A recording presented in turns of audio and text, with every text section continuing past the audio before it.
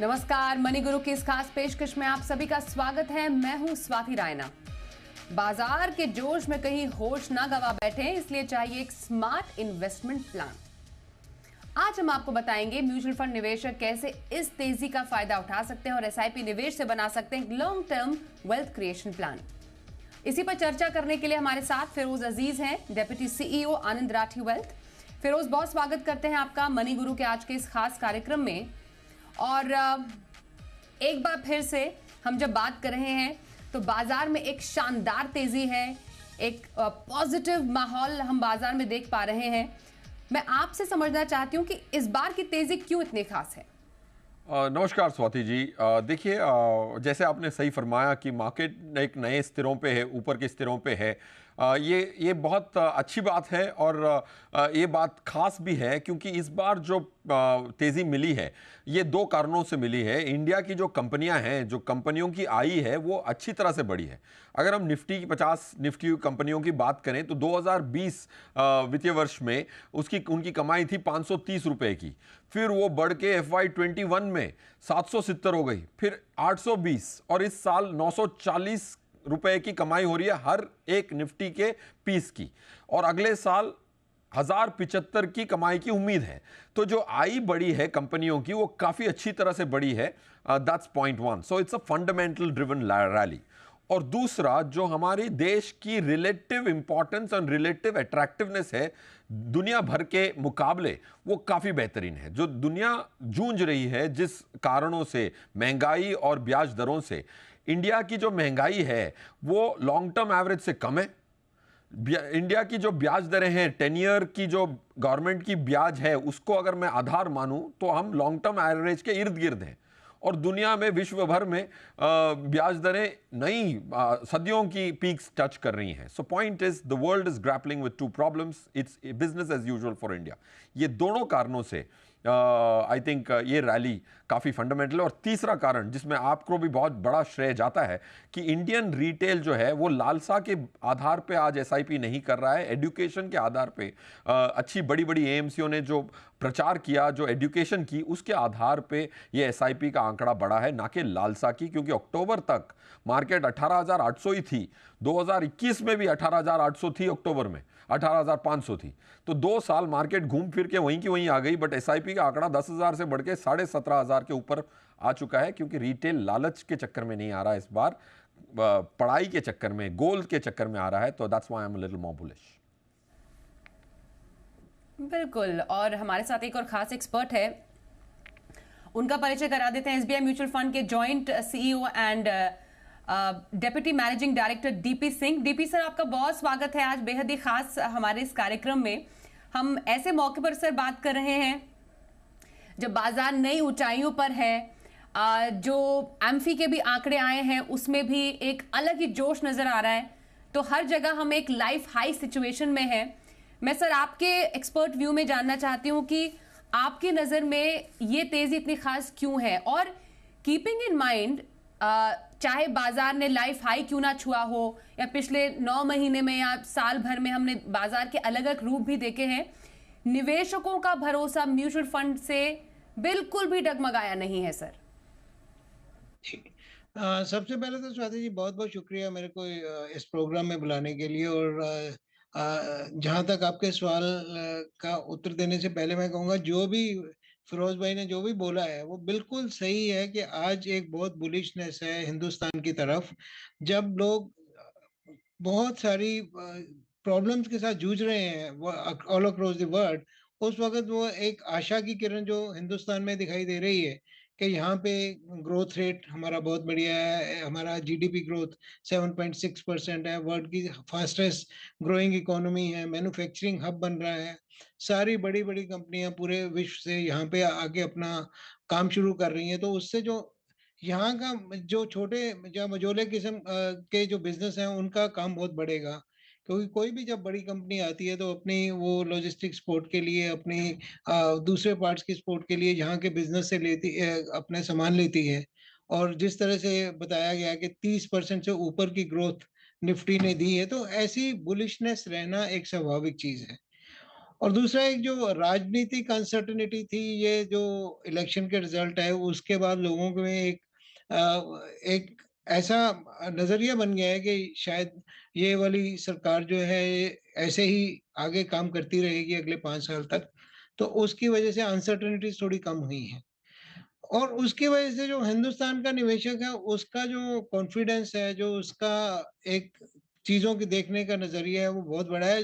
खास तौर पे जो एक जो छोटा निवेशक है, एक मझोला निवेशक है, उसका कॉन्फिडेंस बहुत बड़ा है।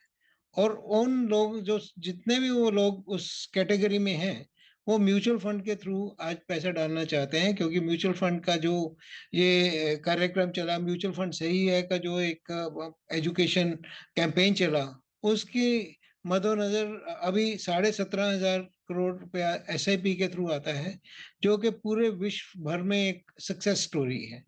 और हमारे आपने सुना होगा कि सेबी चेयरपर्सन ने भी 2 दिन पहले एक प्रेस कॉन्फ्रेंस में ये बोला है कि अभी ये समय जो ऐसा आ गया है कि एक बहुत छोटे निवेशक को भी मार्केट में पार्टिसिपेट करने के लिए 250 रुपए की एसआईपी और उसके ऊपर भी चर्चा चल रही है कि किस तरह से इसको वायबल करके छोटे से छोटे निवेशक को भी इस बाजार में लाया जाए। तो कोई ऐसी वजह ही नहीं है कि हिंदुस्तान का बाजार गिरे। अगर कोई करेक्शन आती भी है तो शॉर्ट टर्म करेक्शन आएगी, बट लोगों का जो एक हौसला और लोगों का एक विश्वास इस मार्केट के ऊपर बहुत बड़ा है, वो एक बहुत ही एक संतोषजनक बात है।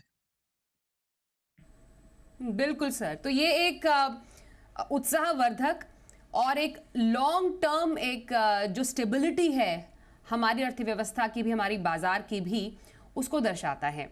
और भारत की ग्रोथ स्टोरी जो है वो पहले से भी ज़्यादा बुलंद है, इसका भी एक बहुत बड़ा एक सूचक है।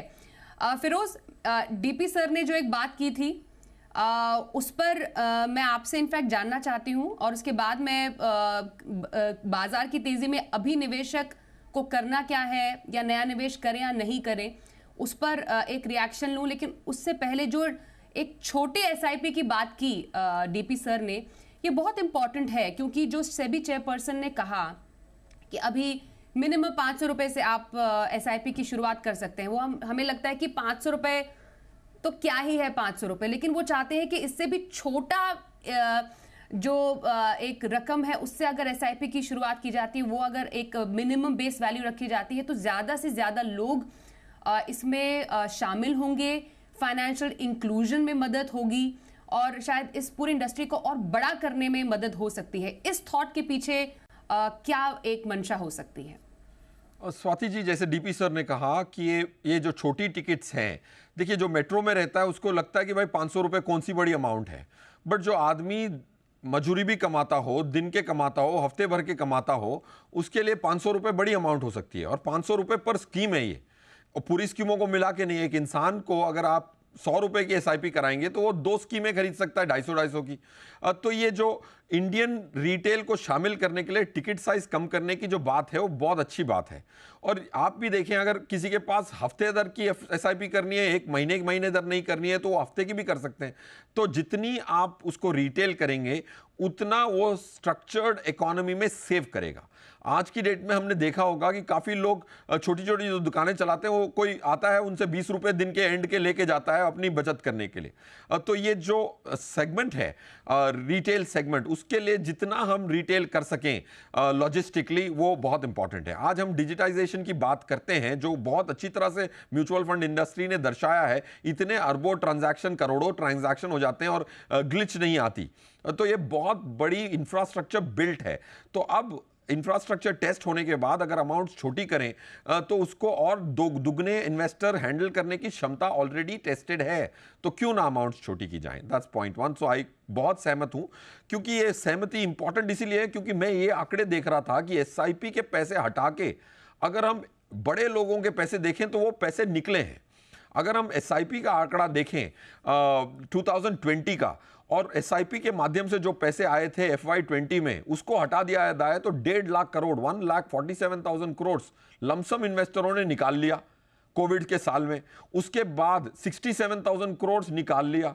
उसके बाद 9,000 करोड़ निकाल लिया, और इस साल भी अगर एसआईपी के आंकड़े हटा दूं तो नेट सेल जो म्यूचुअल फंड की है इक्विटी की, वो आज भी लमसम की नेगेटिव है, अप्रॉक्सीमेट 28,000 करोड़। तो एचएनआई जा रहा है कॉम्प्लेक्स प्रोडक्ट की तरफ, और रिटेल जा रहा है सही दिशा में, transparent, tax efficient, well managed, regulated platform में, जिसकी फीस भी बड़ी कम है। तो ये जो रिटेल जो सपोर्ट कर रहा है, म्यूचुअल फंड जो सही प्लेटफॉर्म है, उसको और उत्साह देना और बढ़ावा देना मेरे हिसाब से the most logical thing a regulator can do. Can't praise it enough. बिल्कुल, और रिटेल को तभी हमने जी बिजनेस में अलग अलग अपने शोज के जरिए, अलग अलग कार्यक्रमों के जरिए महाशक्ति का नाम दिया है। ये एक ऐसी महाशक्ति है जो कि ड्राइव करती है इकोनॉमी को, और इसमें कोई दो राय नहीं है। डीपी सर, हम बात करते हैं कि जो रिटेल निवेशक हैं वो किस तरीके से एक बहुत ही इंपॉर्टेंट स्तंभ, पिलर बन गए हैं हमारे इकोनॉमी का, और जिस तरीके से म्यूचुअल फंड के आंकड़े भी हम देख पा रहे हैं जिस तरीके से बढ़ रहे हैं, उनका जो योगदान है लगातार बढ़ता जा रहा है, ना सिर्फ भारत में डीपी सर, पर भारत के बाहर जो एनआरआईज रहते हैं वो भी भारत की ग्रोथ स्टोरी को बहुत अच्छे से समझते हैं, वो चाहते हैं कि भारत में निवेश करें। तो अभी जो एनआरआईज का भी मौजूदा जो एक फैब्रिक है सर भारत में निवेश करने का, वो किस प्रकार से है? देखिए, जो फैब्रिक काफी हद तक अभी ये जो बोलते हैं कि इन्वेस्टर फ्रेंडली निवेशक के हक में है। अभी जो भी एनआरआई भारत में आएंगे, क्योंकि आज की डेट में हिंदुस्तान के बहुत सारे देशों के साथ डबल टैक्स ट्रीटी है। जब आपकी डबल टैक्स ट्रीटी रहती है तो उसमें बहुत फायदा हो जाता है कि लोगों को कोई ज्यादा इसमें झंझलाहट नहीं होती, क्योंकि उनको पता है कि यहाँ पे सिर्फ अगर इक्विटी में पैसा लगाते हैं तो अगर 1 साल से ऊपर रहता है तो 10% का विद होल्डिंग टैक्स है, जो कि बाद में वापस भी लिया जा सकता है। और अगर वो डबल टैक्स ट्रीटी का कोई सर्टिफिकेट्स वगैरह दे देते हैं जहाँ जिस कंट्री से भी है, तो वो 10% भी नहीं कटता, तो वो उनको पैसा मिल जाता है। एक बहुत ही सही तरीके से वो इन्वेस्ट कर सकते हैं। एक तरफ एनआरआई, एक तरफ छोटे निवेशक, और जो रिटेल साथ में चल रहा है, ये तीनों मिलके एक ऐसा कॉम्बिनेशन बन जाएगा कि जो कि हिंदुस्तान की मार्केट को बहुत ज्यादा स्थिरता देगा। आज की डेट में जब हम 17,500 करोड़, तो या करीब करीब कह लो कि $2 बिलियन से ऊपर का निवेश एक छोटे निवेशक से, जो कि $25 ही बनता है, सिर्फ 2,000 का टिकट साइज से, 25 या $30 का टिकट साइज है, तो उस डॉलर से जब भी अब किसी विश्व में किसी की देश में भी अगर ऐसा करो कि हमारे यहाँ पे $2 बिलियन का पैसा है, तो उनकी आंखें खुली रह जाती हैं कि ऐसा कैसे हो सकता है। तो ये चीज हिंदुस्तान में हो गई है। एनआरआई का पैसा और आएगा। एनआरआई के अलावा ये जो फिरोज साहब ने बोला कि जो हाई टिकट वाले हैं वो एक पैसा निकाल रहे हैं, और पैसा उनका जो दूसरी प्रोडक्ट्स में जा रहे हैं, वही हमने देखा था। एफआईआईज का भी पैसा निकला, परंतु अभी एफआईआईज का और एफपीआईज का पैसा वापस आना शुरू हो गया। तो अभी जब और पैसा आएगा, अभी हमें सिर्फ प्रॉब्लम ये है सप्लाई की, और ज्यादा से ज्यादा आईपीओ आने चाहिए ताकि हमारा ये यूनिवर्स है इन्वेस्टमेंट का बढ़ना चाहिए। तो अभी ये एक जो छोटी एसआईपी की बात कर रहे थे आप, उससे तो मेरे को बड़ा ये लगता है कि अभी जैसे 10 साल पहले जन धन का जो जो एक यात्रा शुरू हुई थी, वो जन धन की यात्रा अब जन निवेश में आके खत्म होनी चाहिए। जिन लोगों ने जनधन में अकाउंट खोला था वो भी ₹250 की एसआईपी कर सकते हैं, वो पिरामिड इतना बड़ा है। I will not be surprise कि अगर 3-4 साल बाद अगर ये चीज सक्सेसफुल हो जाती है जिसपे विचार चल रहा है, तो ये जो $2 बिलियन का जो पर मंथ हमारा इनफ्लो है, this can be as big as $5 to $6 billion per month. But उस तरह से हमारे बिजनेसेस को भी रिस्पॉन्ड करना पड़ेगा कि वो अच्छी कॉर्पोरेट गवर्नेंस, अच्छे नतीजे, अच्छे प्रॉफिट्स, और हर तरह से एक सही तरीके के बिजनेसेस में पैसा डाल के वो जो फॉर्मल जो बिजनेसेस है हमारे, लाइक लिस्टेड कंपनीज में आए, तो उससे आने वाला जो वक्त है वो बहुत ही सुनहरा नजर आ रहा है। तो बाजार एट लाइफ हाई, कैसे करे कमाई, हमारे साथ दो बेहद ही खास एक्सपर्ट्स आज हैं। डीपी सिंह है हमारे साथ एसबीआई म्यूचुअल फंड से, आनंद राठी वेल्थ से फिरोज अजीज हैं। फिरोज, अब बताइए, जो हर कोई निवेशक अभी जानना चाहता है कि बाजार में तो काफी तेजी का माहौल है और निवेश के साथ करना क्या है। कई जो निवेशक हैं वो जानना चाहते हैं क्या और निवेश करें, कई सोच रहे हैं क्या मुनाफा वसूली कर लें, तो स्ट्रैटेजी क्या हो सही? स्वाति जी देखिए, इस प्रश्न का उत्तर जो है वो एक करंट स्थिति पे, एक इंसान की करंट स्थिति पे निर्भर करता है। इंडिया में जो पैसे इक्विटी म्यूचुअल फंड में हैं वो ना के बराबर हैं काफ़ी सारे हाउस होल्ड्स की। अगर इंडिया में 670 लाख करोड़ की हाउस होल्ड सेविंग्स हैं अप्रॉक्सीमेटली, जो हमारी एनालिसिस है, 10 साल पहले 270 लाख करोड़ थे। इंडियंस बहुत अच्छी तरह से सेविंग्स करते हैं बट बहुत कंजर्वेटिव इन्वेस्टिंग करते हैं। तो सेवर्स से हमें अच्छा इन्वेस्टर बनना है। तो अगर इंसान के पास 10 से 11% की ही इक्विटी हो तो प्रॉफिट बुक करने का तो सवाल ही नहीं उठता। अगर आपके पास 50, 60, 70% इक्विटी ना हो तो प्रॉफिट बुकिंग का प्रश्न तब तक आता ही नहीं है, क्योंकि लोग अंडर इन्वेस्टेड है। अगर पूरे पैसे को अगर आप एक एक्सेल शीट में डालें, पीपीएफ, ईपीएफ, इंश्योरेंस पॉलिसी जो यूलिप है, वो सबको जोड़ के आपकी टोटल बैलेंस शीट में इक्विटी कितनी है, अगर इक्विटी 50% से नीचे है तो भूल जाएं कि आपको कभी प्रॉफिट बुक करना है, क्योंकि आपको तो पहले बढ़ाना है, राइट। अगर आप 70-80% इक्विटी में है फिर भी ये प्रश्न हो सकता है कि आपको वापस 60-65 तक लाना है प्रॉफिट बुक करके। रीअलाइनमेंट की वजह से ही प्रॉफिट बुक करना है आपको, मार्केट नेगेटिव होकर प्रॉफिट बुक नहीं करना है। क्यों नेगेटिव नहीं होना है? देखिए क्या है कि लास्ट 22 सालों में सिर्फ ऐसे 4 साल हैं जहां मार्केट ने नई पीक की चट्टान नहीं चढ़ी हो। बाकी 18 सालों में हर साल मार्केट ने एक नई पीक बनाई है। 2009, 2012, 2016 और 2020, ये 4 साल छोड़ दीजिए, बाकी हर साल में मार्केट ने एक नई ऊंचाई छुई है। इसका मतलब क्या है कि जैसे दुनिया की ग्रेविटी नीचे की तरफ होती है, मार्केट की ग्रेविटी ऊपर की तरफ होती है। वो ऊपर उसको जाना ही जाना है। 1 साल 2 साल करेक्शन हो सकता है, 3 साल करेक्शन हो सकता है। तो don't ever bet against gravity, ये मेरा सजेशन होगा। अगर आप अंडर इन्वेस्टेड हैं तो इलेक्शन के पहले एक बहुत क्रिटिकल इवेंट है, 5 जनरल इलेक्शन हमने एनालाइज किए, हर बार प्रॉफिट बनाया। 1 साल के इन्वेस्टर को भी इलेक्शन के सालों में 1999 से 5 इलेक्शन हुए हैं, सबसे खराब 1 साल की रिटर्न इलेक्शन को बीच में रख के प्लस 10% है। ये नहीं कह रहा हूं कि 1 साल की इन्वेस्टिंग करें, तो इलेक्शन को आप बह ना रखें, इलेक्शन को अपॉर्चुनिटी माने और don't be under invested in the next year. और नया साल भी आ ही रहा है, 2024 में एटलीस्ट 50% इक्विटी में रखें, तब जाके आप महंगाई को मात दे पाएंगे।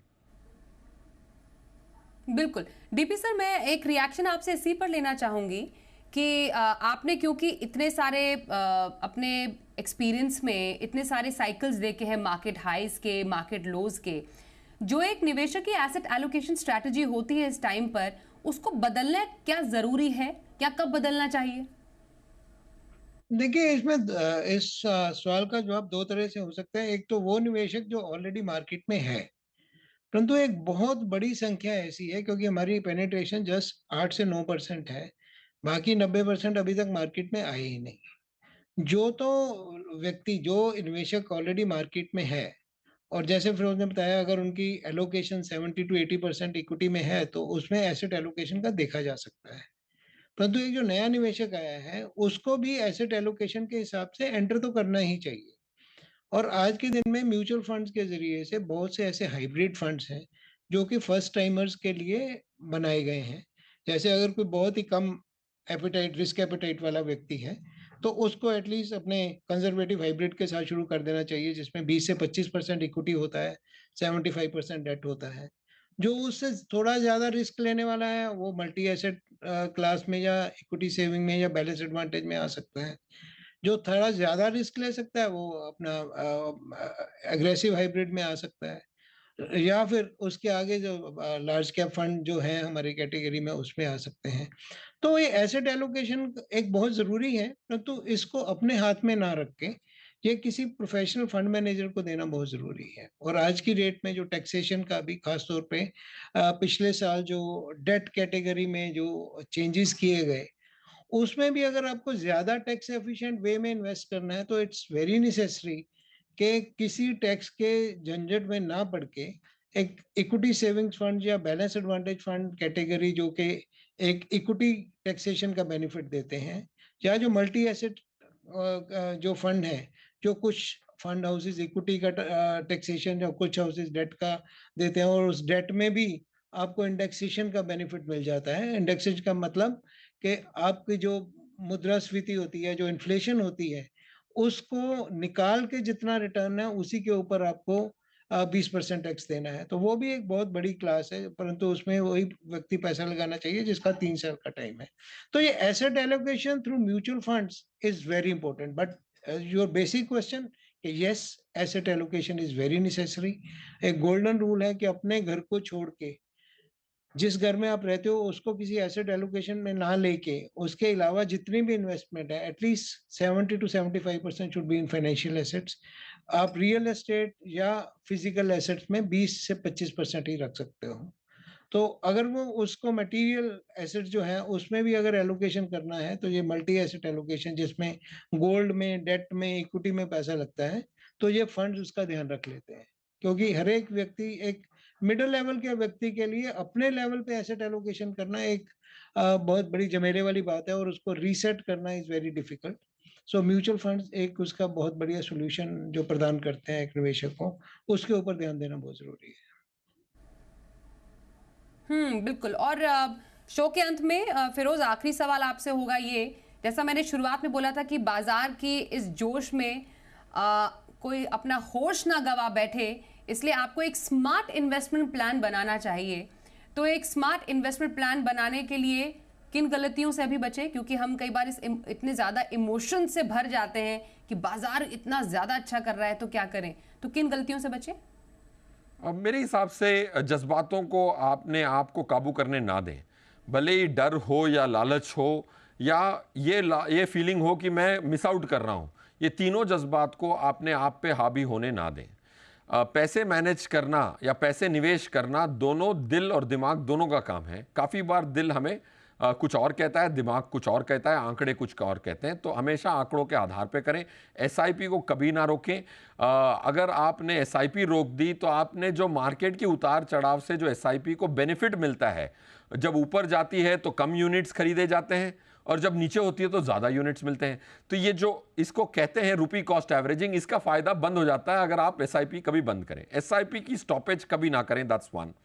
पॉइंट टू, ज़्यादा कैरिड अवे ना हो। फॉर एग्जाम्पल, मैं किसी से मिला था, वो कह रहे कि स्मॉल कैप ने इतना अच्छा प्रदर्शन दिया तो मैं अपने तीनों स्कीमों को स्मॉल कैप में तब्दील कर रहा हूँ। तो इसमें क्या हो गया कि जज्बात लालच की हावी हो गई। सो लालच को हावी होने ना दें, एसआईपी को ना रोकें, एसेट एलोकेशन को ठीक करें। अगर महंगाई को मात देनी है तो जैसे डीपी सर ने कहा 70-80% फाइनेंशियल एसेट में हो, मिनिमम हो, और रियल एस्टेट भी अच्छा एसेट होगा, बट वो बहुत सारे पैसे आपके एक मुश्त निकल जाते हैं। तो फिर एसेट एलोकेशन ठीक करें और एक्विटीज़ में कम पार्टिसिपेट ना करें। रिस्क ना लेना ही सबसे बड़ा रिस्क होता है लंबी अवधि में। छोटी अवधि में मार्केट नीचे गिर सकती है, अगर आप अपनी सहनशीलता बढ़ा लें तो लॉन्ग टर्म में हमेशा एक्विटीज़ की परफॉर्मेंस बेटर होने की संभावना होती है। So these are the few important things आज की करंट स्थिति में। स्वाति जी, बिल्कुल, बहुत धन्यवाद करेंगे आप दोनों ही खास एक्सपर्ट्स का अपनी एक्सपर्ट एडवाइस के लिए। डीपी सिंह सर, फिरोज अजीज, बहुत बहुत धन्यवाद एक बार फिर से हमारे साथ इस चर्चा में शामिल होने के लिए करते हैं आप दोनों का। मनी गुरु में आज के लिए बस इतना ही।